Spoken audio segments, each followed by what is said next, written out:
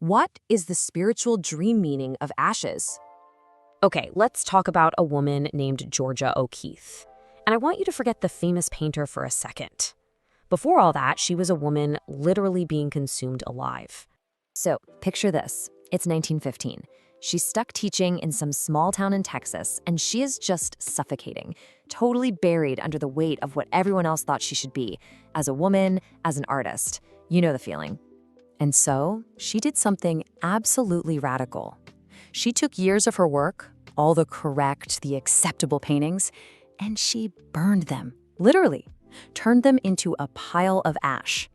Now listen, this wasn't some act of destruction. No, that fire, it was maybe the most spiritually precise thing she could have done.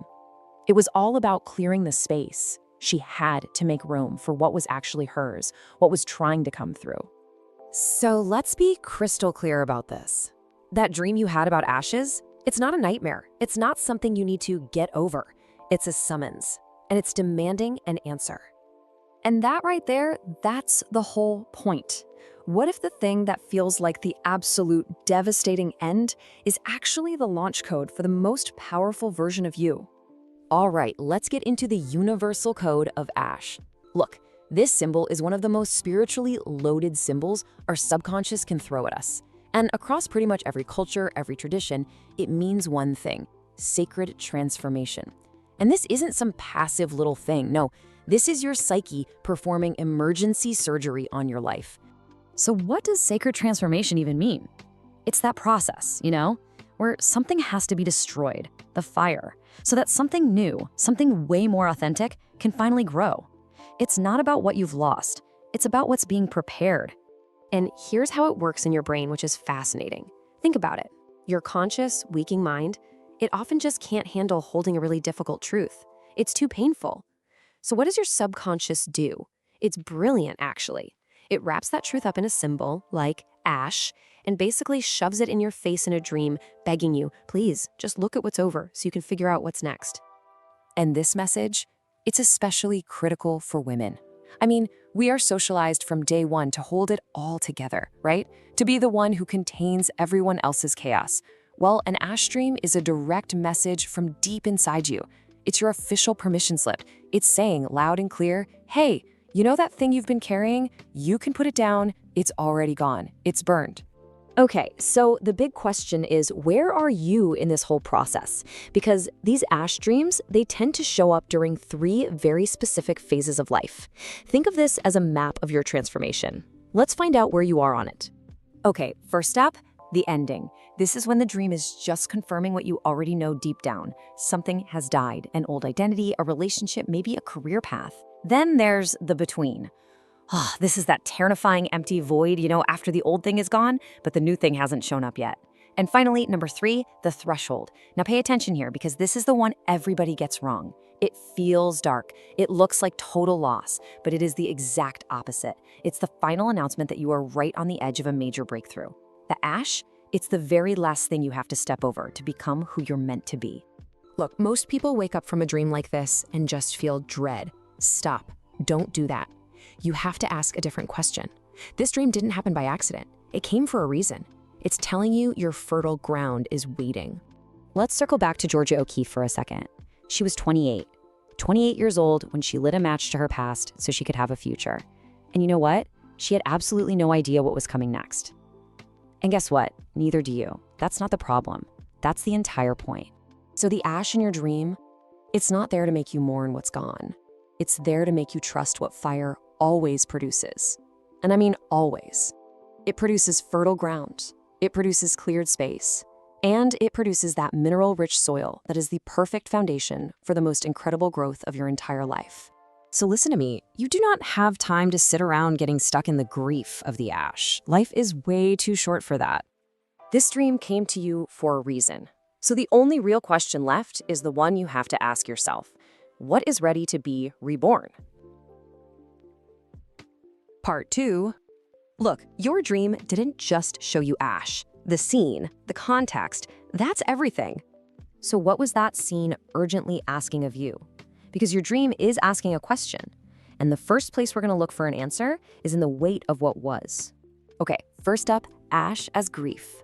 This is all about those dreams that are showing you what you're still carrying, or maybe what you absolutely must finally release. So if you're dreaming of holding ashes, listen. This is about grief you're carrying in your actual body. Your brain is sending you a signal that you feel responsible for holding on to this loss.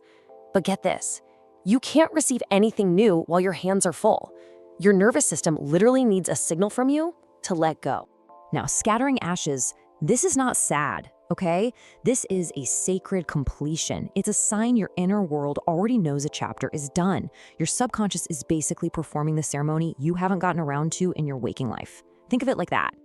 And this one is so crucial. Dreaming of someone else made of ashes, it means the version of that relationship you had is gone. Your heart cannot move forward while it's searching for something that's already burned to the ground. You have to acknowledge that the us you once knew, it's over. All right, let's pivot from grief and move to the fire itself. We're talking about transformation now, that messy but totally necessary process of becoming someone new. So if you dreamed of a house burned to ashes, listen to this. It means your identity, your home base, is undergoing a renovation at the soul level. It's not about ruin. It means your entire internal blueprint of who I am is being rewritten from scratch. And here's how you work with that. This is how you actively shift from who you were to who you are now. See, the focus isn't on the ruin at all. It's on the becoming.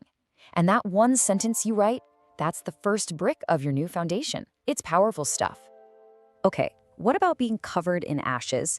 This means something happened to you, and the ash is literally on your skin. The dream is screaming at you to stop trying to wash it off, because what marks us also defines us. And you know what? That can become your greatest source of power. Watching fire turn to ash in a dream, wow, that's basically exposure therapy while you sleep. It's one of the bravest things your mind can do. Just sit with the discomfort until it's over. And here's the key.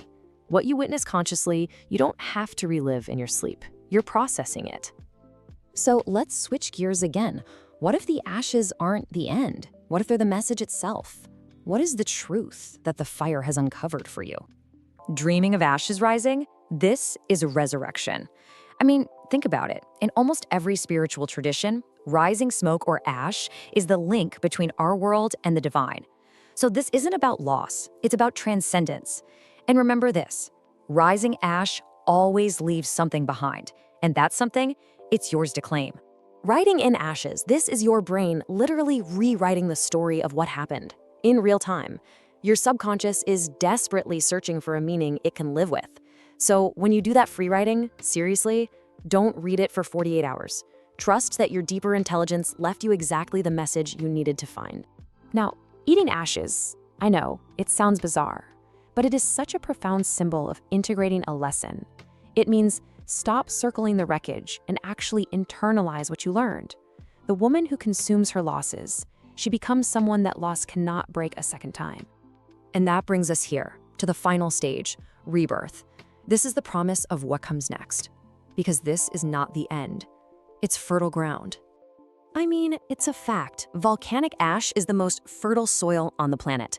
Every single devastation is followed by an explosion of new growth. Your dream knows this, your soul knows this, even if your conscious mind is still trying to catch up.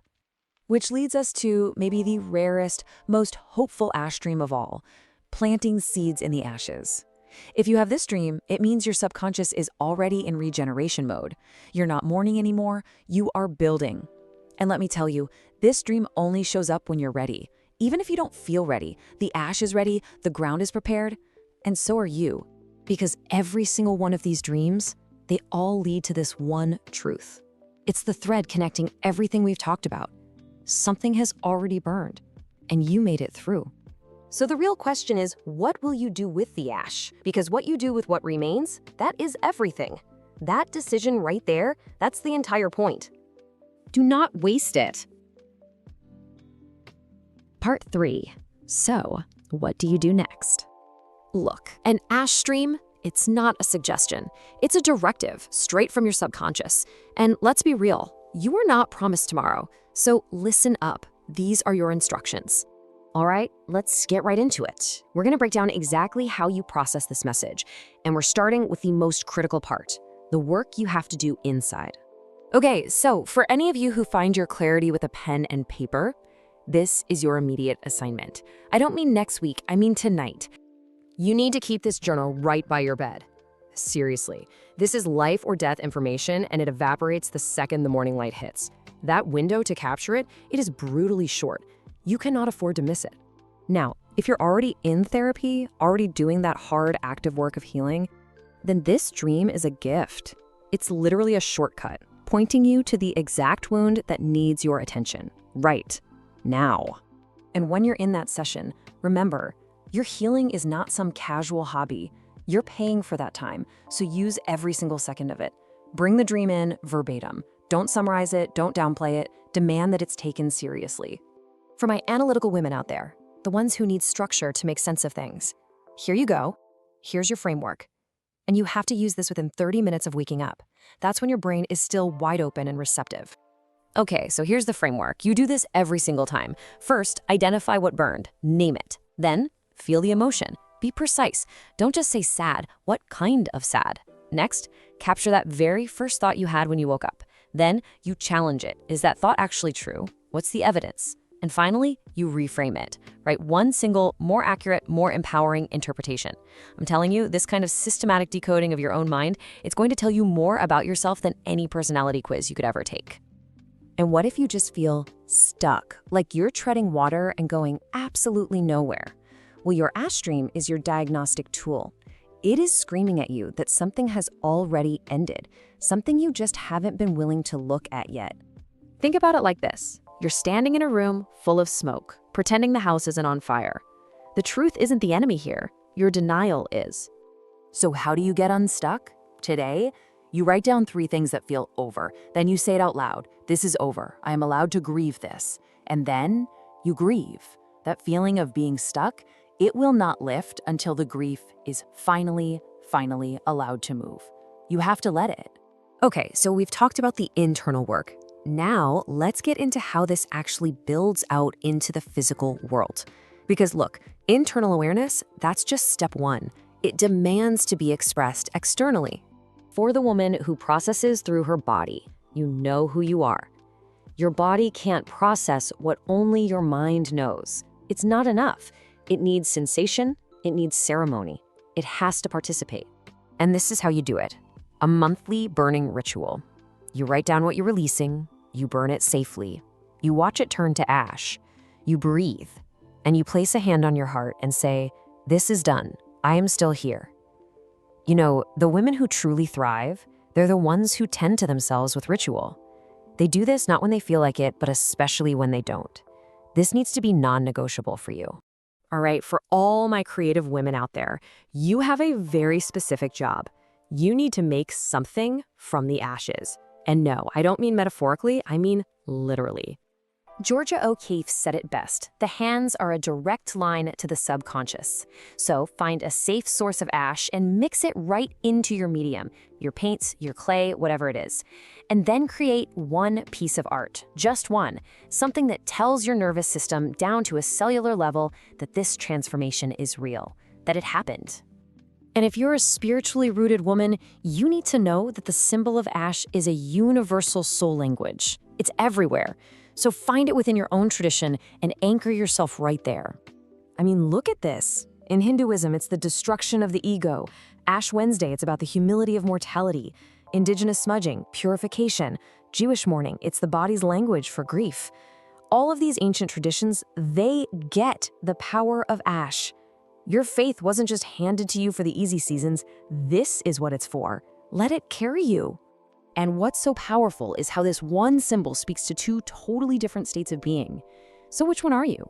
Are you the woman in crisis? Then your dream is your psyche saying, I see you. We are in this together.